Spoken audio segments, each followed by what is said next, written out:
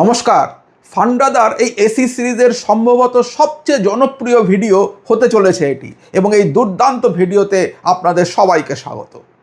প্রাণ খুলে এসি চালান, কারণ এই ভিডিওটা একবার মন দিয়ে দেখে নিলে আপনার এসির বিল হয়ে যাবে অর্ধেক। না, একটুও মজা করছি না, সত্যি সত্যি আপনার এসির ইলেকট্রিক বিল অর্ধেক হয়ে যাবে, কিন্তু আরাম বা কমফোর্ট এক ফোঁটাও কমবে না।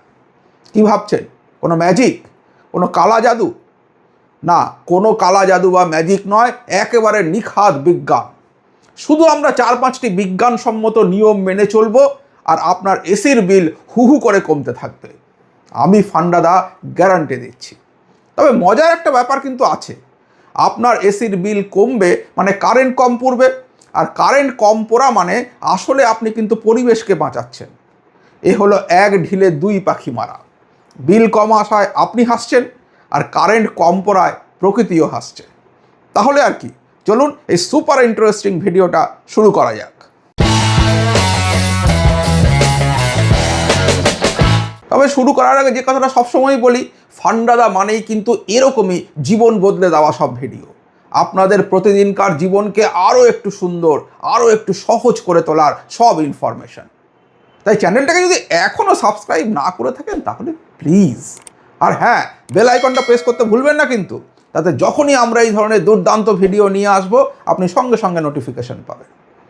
আর এসি সংক্রান্ত আরও অনেক প্রয়োজনীয় ভিডিও, যেমন আপনার এসিতে কত বিল আসবে অ্যাকচুয়ালি, ইনভার্টার এসি কিনবেন নাকি নন ইনভার্টার এসি, কিভাবে এসি ইনস্টল করলে 15 থেকে 20 বছর আর কোনো চিন্তা করতে হবে না, এগুলো এই চ্যানেলের এসি ফান্ডা যে প্লে লিস্ট আছে তার আন্ডারে আছে।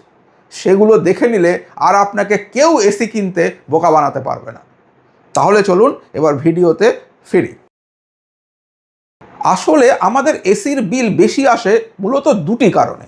এক, আমরা কিছু মিথে বা ওই এসির টেকনিশিয়ানদের কথায় বিশ্বাস করে ফেলি। আর দুই, আমরা এসির বিল কমানোর পদ্ধতির বিজ্ঞানসম্মত ব্যাখ্যাগুলি জানিই না।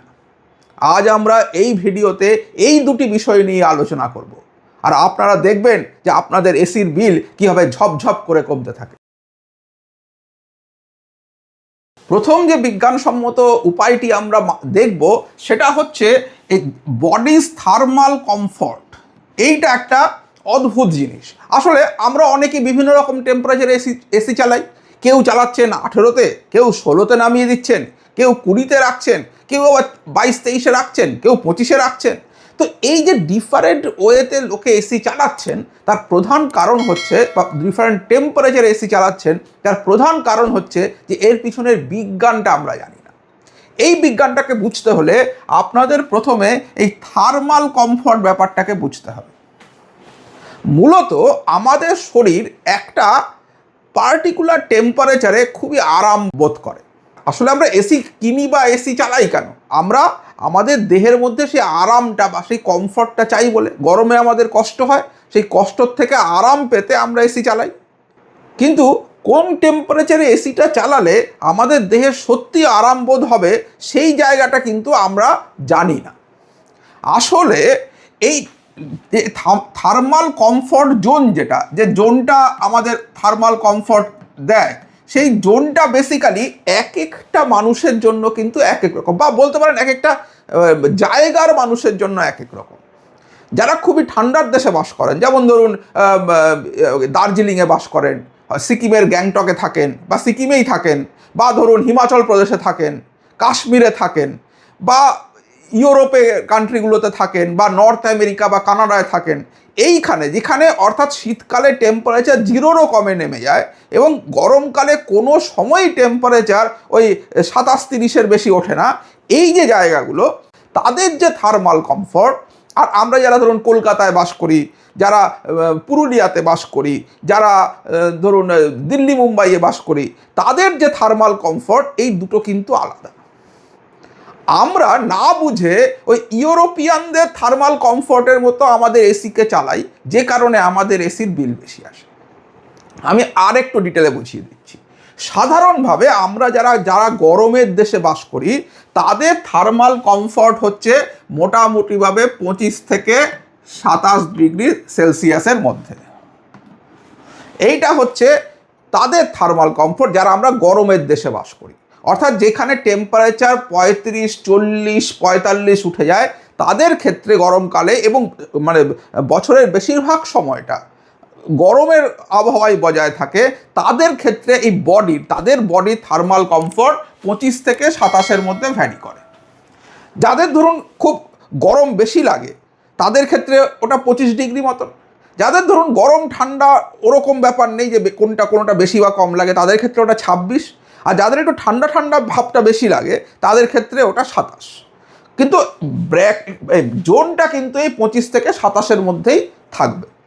আর যারা ইউরোপিয়ান কান্ট্রিতে বা পাহাড়ে বসবাস করেন তাদের ক্ষেত্রে এই টেম্পারেচার অর্থাৎ থার্মাল কমফর্ট জোনটা সেটা কিন্তু 20 থেকে 22 ডিগ্রির মধ্যে ভ্যারি করে। দুটো কিন্তু এক নয়। কিন্তু আমরা ওই ইউরোপিয়ান আর আমেরিকান মানে নর্থ আমেরিকান কান্ট্রিগুলোর নকল করতে গিয়ে আমরা আমাদের এসি টেম্পারেচারকে আমাদের যে থার্মাল কমফর্ট জোন অর্থাৎ আমাদের বডি যে তাপমাত্রায় সবচেয়ে আরাম বোধ করে তার থেকে অনেক নিচে নিয়ে চলে যাই, এবং অ্যাকচুয়ালি কিন্তু সেখানে নিয়ে যাওয়ার জন্য আমরা কোনো আরাম পাই না। আমাদের ঠান্ডা বেশি লাগতে শুরু করে, আমরা তখন ভারী ভারী জামা কাপড় চাপাই তার উপরে, বা কমফর্টার বা ওই ধরনের কিছু গায়ে দিয়ে শুই যাতে করে আমরা আরাম বোধ করতে পারি। কিন্তু অ্যাকচুয়ালি আমরা আমাদের যে কমফর্ট জোনটা অর্থাৎ 25 থেকে 27 তার মধ্যে কিন্তু এসিকে রাখি না। তাহলে প্রথমেই এটা বুঝতে হবে যে আমরা যারা গরমের দেশে রয়েছি, যাদের এসির সত্যি সত্যি প্রয়োজন আছে, তাদের শরীরের কিন্তু কমফর্ট জোনটা এই 25 ডিগ্রি থেকে 27 ডিগ্রির মধ্যে। বাইরের যখন টেম্পারেচার 35 থেকে 40, তখন এসির টেম্পারেচার আমরা এই 25 থেকে 27-এর মধ্যে রাখবো, নাকি 20 ডিগ্রিতে। না, এই যে আমরা নর্মালি অনেকেই 20 ডিগ্রি সেন্টিগ্রেডে এসি রেখে অভ্যস্ত, সেইটাকে যদি আমরা 25 বা 26 ডিগ্রিতে রাখি, আমি মাঝামাঝি ধরে নিলাম 26 ডিগ্রি, যে 26 ডিগ্রিতে আমরা এসিকে রাখলাম, 25-এও রাখতে পারেন, 26-এও রাখতে পারেন, তাহলে এই যে 26 অর্থাৎ 20 থেকে 26, এই যে 6 ডিগ্রি আমরা টেম্পারেচার বেশি রাখলাম এসিতে, 6 ডিগ্রি আমরা টেম্পারেচার বেশি রাখলাম, এই প্রতি ডিগ্রি বেশি রাখার জন্য আমাদের 6% ইলেকট্রিসিটি সেভ হবে। ভাবুন আপনার, অর্থাৎ আপনার এসির টেম্পারেচার সে 20-তে আছে, এই 20 থেকে আপনি যদি টেম্পারেচারটা 21-এ সেট করেন তাহলে আপনার ইলেকট্রিক বিল 6% কম আসবে। আপনি যদি 22-এ সেট করেন তাহলে 12% কম আসবে। আপনি যদি 23-এ সেট করেন তাহলে 18% কম আসবে। আর আপনি যদি 25-এ সেট করেন তাহলে পরে 30% আপনি বিদ্যুৎ বাঁচাতে পারেন। এবং এই বিদ্যুৎ বাঁচানোর সঙ্গে সঙ্গে আপনি কিন্তু একদম কমফর্টেবল থাকতে পারেন, ভীষণভাবে আরামদায়ক একটা টেম্পারেচারের মধ্যে আপনি থাকতে পারেন। আমরা যারা গরমের দেশে বাস করি তাদের এই 25 ডিগ্রি টেম্পারেচার একদম আমাদের শরীরের জন্য সবচেয়ে আরামদায়ক টেম্পারেচার। এই অবধি ক্লিয়ার হয়ে গেল? এইবারে আপনি ভাবুন, তার মানে আমি যদি এই 20-র বদলে 26 ডিগ্রিতে আসি, তার মানে আমি 6 ডিগ্রি এসি টেম্পারেচার বাড়ালাম, তাহলে 6 × 6% মানে 36% আমার কিন্তু ইলেকট্রিসিটি সেভ হয়ে গেল। আমি বলেছিলাম অর্ধেক মানে 50% করবো ইলেকট্রিক বিল, তার মধ্যে 36% এখানেই সেভড হয়ে গেল, বা অ্যাটলিস্ট 30% যদি আমরা 25-এও রাখি। বিজ্ঞানের এই তৃতীয় পয়েন্টে কি বলা হচ্ছে, ইভাপোরেটিভ কুলিং টেকনিক, অর্থাৎ বাষ্পীভবনের মাধ্যমে শীতলীকরণ। খুব কঠিন হয়ে গেল তো? একদমই কঠিন নয়। বেসিক্যালি আমাদের দেহে, আপনাকে একটা উদাহরণ দিই, ধরুন আপনি গরমকালে বাইরে থেকে ফিরেছেন, ঘেমে নিয়ে এসছেন, এসে ফ্যানের তলায় বসলেন, ফ্যানটা চালিয়ে দিলেন, ফ্যানটা চালিয়ে দিলে আপনার এবার ঠান্ডা লাগতে শুরু করে, মানে যে গরমে ছিলেন তার তুলনায়। কেন? তার কারণ হচ্ছে আপনার শরীরের মধ্যে যে ঘাম আছে সেই ঘামটা বাষ্প হয়ে উড়ে যায় ওই ফ্যানের হাওয়ায়, এবং এই বাষ্প হয়ে যখন উড়ে যায় তখন আপনার দেহের কিন্তু অ্যাকচুয়ালি ও তাপ নিয়ে চলে যায়, যার ফলে আপনার কম্পারেটিভলি ঠান্ডা লাগতে শুরু করে। এই যে আপনার শরীরের যে জল বা ঘাম সেটা যে বাষ্প হয়ে উড়ে গেল, যে বাষ্পীভবন হলো, তার কারণে আপনি কিন্তু শীতলীকরণ বা কোল্ড ফিল করতে পারছেন। কিন্তু এখানে একটা ক্যাচ আছে। আপনি দেখবেন গরমকালে যদি আপনি পলিয়েস্টারের জামা পরেন বা এই ধরনের মেটেরিয়ালের জামা পরেন, তাহলে কিন্তু আপনি আরামদায়ক বোধ করেন না। আপনি যদি সুতির জামা পরেন তাহলে আপনি আরামদায়ক বোধ করেন।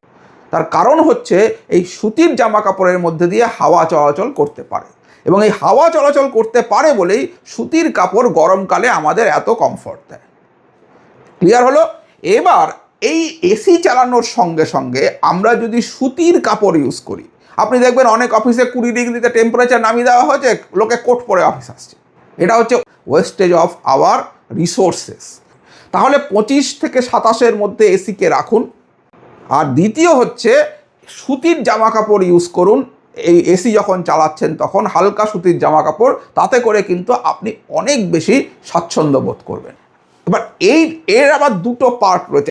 একটা হলো আমরা যেটা বললাম কাপড়, অর্থাৎ এখানে আমরা সুতির কাপড় ব্যবহার করব। এসি চালানোর সময় সবসময় হালকা সুতির কাপড় ব্যবহার করুন। যদি গায়ে কিছু দিয়েও শুতে হয় তাহলে হালকা সুতির একটা চাদর গায়ে দিন। কমফর্ট আর গায়ে দেবেন না, কারণ কমফর্ট আর গায়ে দিলে হাওয়া চলাচল করতে পারে না, তার ফলে আপনার মধ্যে একটা গরমের অনুভূতি হয়। তখন আপনি এসির টেম্পারেচারকে নিচে নামাবেন, আর যত নিচে নামাবেন ওই 6% প্রতি ডিগ্রির জন্য আপনার কিন্তু ইলেকট্রিক বিল বাড়তে থাকবে। এর আরেকটা পার্ট আছে। এবার সুতির কাপড় ইউজ করলে এই যে বাষ্পীভবন দ্বারা শীতলীকরণ, এটা তখনই সম্পূর্ণ এফিসিয়েন্টলি হতে পারে যখন ঘরের মধ্যে হাওয়া চলাচল করে। কিন্তু আপনি যখন এসি চালাচ্ছেন, আপনার ঘরের সমস্ত দরজা জানলা বন্ধ, সুতরাং কোনো জায়গা থেকে তো ভেন্টিলেশন নেই, কারণ ভেন্টিলেশন না হলে তো হাওয়া চলাচল করবে না। এবার এই বাষ্পীভবনে যে ভেন্টিলেশন, সেইটার জন্য আমরা ইউজ করব এখানে, সেটা হচ্ছে ফ্যান। দেখা গেছে যে আপনি যখন গরমের সময়, ধরুন বাইরে 40 ডিগ্রি টেম্পারেচার আছে বা ঘরের ভেতরেও 35 ডিগ্রি টেম্পারেচার আছে, কিন্তু যখন আপনি ঘরের ভেতরে পৌঁছে ফ্যানটা চালান, সেই ফ্যানটা কিন্তু ঘরের টেম্পারেচার 5 থেকে 6 ডিগ্রি আপনাকে কমিয়ে দিতে পারে।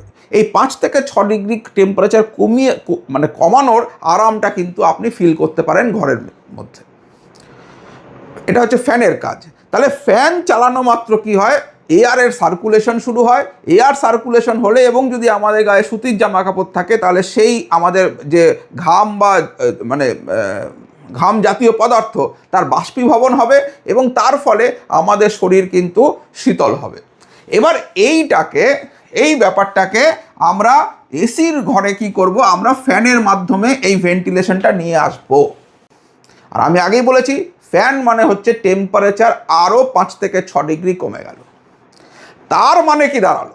তার মানে বাইরে ধরুন আমাদের টেম্পারেচার 40, এবার আমরা এসিকে যদি 30 ডিগ্রিতেও সেট করে দিই, ভালো করে বুঝুন, বাইরের টেম্পারেচার 40, এসিকে যদি আমরা 30 ডিগ্রিতেও সেট করে দিই, তাহলে পরে তার সঙ্গে যদি আমরা ফ্যান ইউজ করি, তাহলে পরে কিন্তু আমাদের এই টেম্পারেচারটা আরও 5 ডিগ্রি কমে 25 চলে আসবে।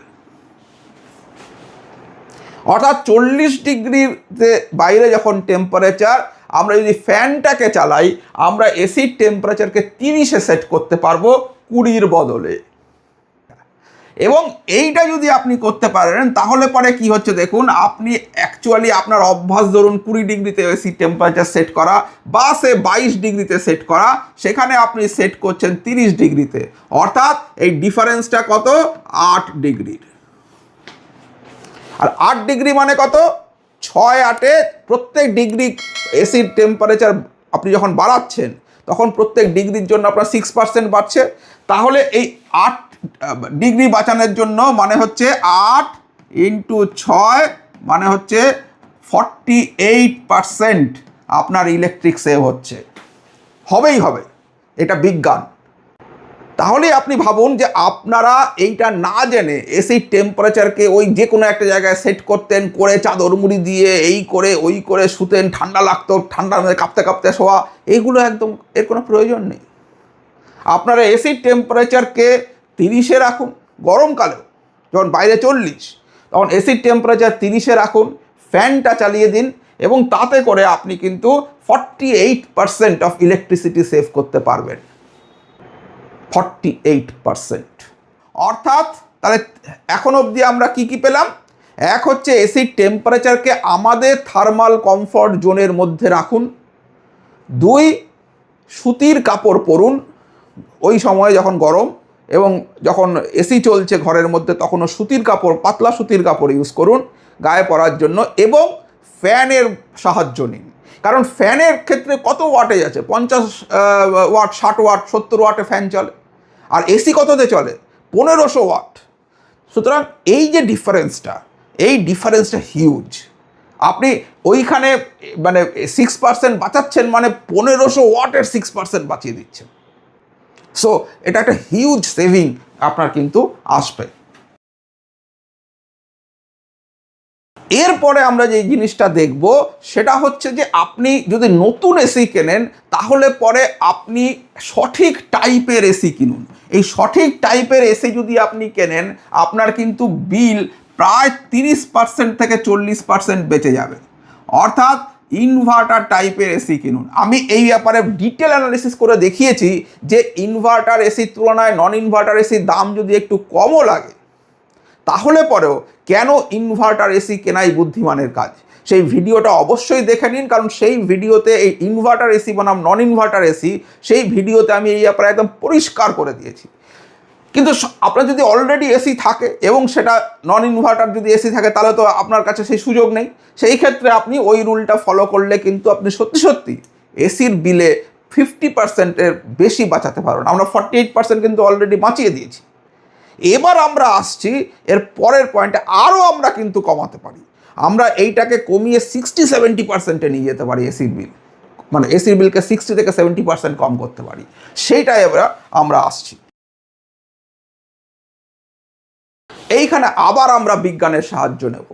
ঘরে কি কি পরিবর্তন হলে ভালো, অর্থাৎ কিভাবে ঘরটাকে আমরা যদি তৈরি করি তাহলে পরে আমাদের এসির বিল কম আসবে। প্রথম কথা হচ্ছে, এখানে আমি যেটা বলবো সেটা হচ্ছে ফ্যান। আমি বলেছি ফ্যান চালাতে, কিন্তু এখানে একটা ক্যাচ আছে, সেটা হচ্ছে যে যদি আপনার যে ঘরে আপনি এসি লাগাচ্ছেন তার উপরে ছাদ থাকে এবং সেই ছাদে যদি পর্যাপ্ত পরিমাণে সূর্যের আলো পড়ে তাহলে কিন্তু আপনার ছাদ খুব গরম হবে। সেক্ষেত্রে ফ্যানটা যখন চালাবেন তখন ফ্যান কিন্তু ওপর থেকে গরম হাওয়া নিচে টেনে নামিয়ে আনবে। এই ক্ষেত্রে আপনার কিন্তু মানে ওই গরম হাওয়াটা আসার ফলে আপনার একটু আনকমফর্টেবল ফিল হতে পারে। সুতরাং সেই ক্ষেত্রে আমি বলবো ফ্যান ইউজ না করাই ভালো। সেই ক্ষেত্রে আপনি ওই এসির টেম্পারেচারটাকে ওই 25, 26 বা 27-এ রাখুন, তাহলেই চলবে। কিন্তু যদি ওই অবস্থাতেও আপনি ফ্যান চালাতে চান তাহলে আমার সাজেশন হচ্ছে দুটো। একটা হচ্ছে ইন্টেরিয়ারে আপনি ফলস সিলিং ইউজ করতে পারেন। যে মুহূর্তে আপনি ফলস সিলিং দিয়ে দিলেন সঙ্গে সঙ্গে ছাদের সঙ্গে ফলস সিলিংয়ের একটা 6 ইঞ্চি 8 ইঞ্চি গ্যাপ তৈরি হয়ে গেল। এই গ্যাপের ফলে কি হলো, আপনার ওই ফলস সিলিংটা কিন্তু অত গরম হবে না, যার ফলে তখন আপনি ফ্যানটাকে এফিশিয়েন্টলি ইউজ করতে পারবেন। আর দ্বিতীয় একটা জিনিস, তাহলে এক হচ্ছে ফলস সিলিং,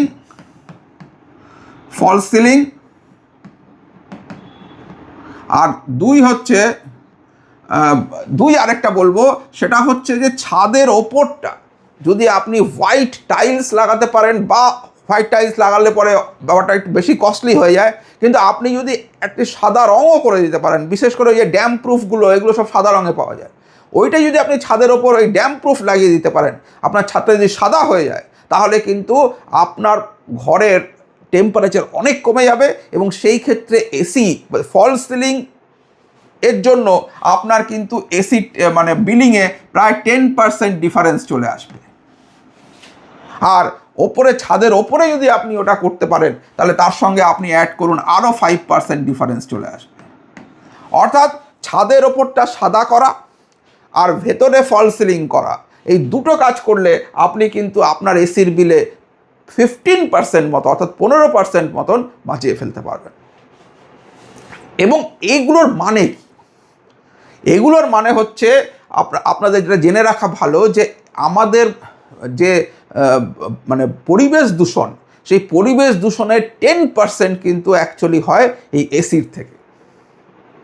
এবং আপনারা যদি এই এসির বিলকে কমিয়ে আনতে পারেন, এসির বিলকে যদি 50% করতে পারেন, তার মানে হচ্ছে অ্যাকচুয়ালি কিন্তু পৃথিবীর পরিবেশকে আপনারা কিন্তু একটা বিরাট সুবিধে করে দিচ্ছেন। এটা শুধু আমার টাকা আছে আমি সেই জন্য বেশি বিল দিচ্ছি, ব্যাপারটা এরকম নয়। আপনার কাছে যদি টাকা থাকেও অ্যাকচুয়ালি আমরা তো পরিবেশের রিসোর্সটা নিই, সেই রিসোর্সটা যদি আমরা বাঁচাতে পারি, সেটা একটা বিরাট কাজ আমাদের জন্য, একটা বিরাট সোশ্যাল ওয়ার্ক। আর এই সঙ্গে সঙ্গে আজকের ভিডিও আমি এখানেই শেষ করছি। ভালো লাগলে প্লিজ কমেন্ট করে জানাবেন। আর এখনও যদি সাবস্ক্রাইব না করে থাকেন, কি করছেন? সাবস্ক্রাইব করুন, বেল আইকন প্রেস করে রাখুন। শিগগিরই ফিরছি এরকমই আপনাদের অত্যন্ত প্রয়োজনীয় আরও একটা ভিডিও সঙ্গে নিয়ে। ততক্ষণ অবধি বাই।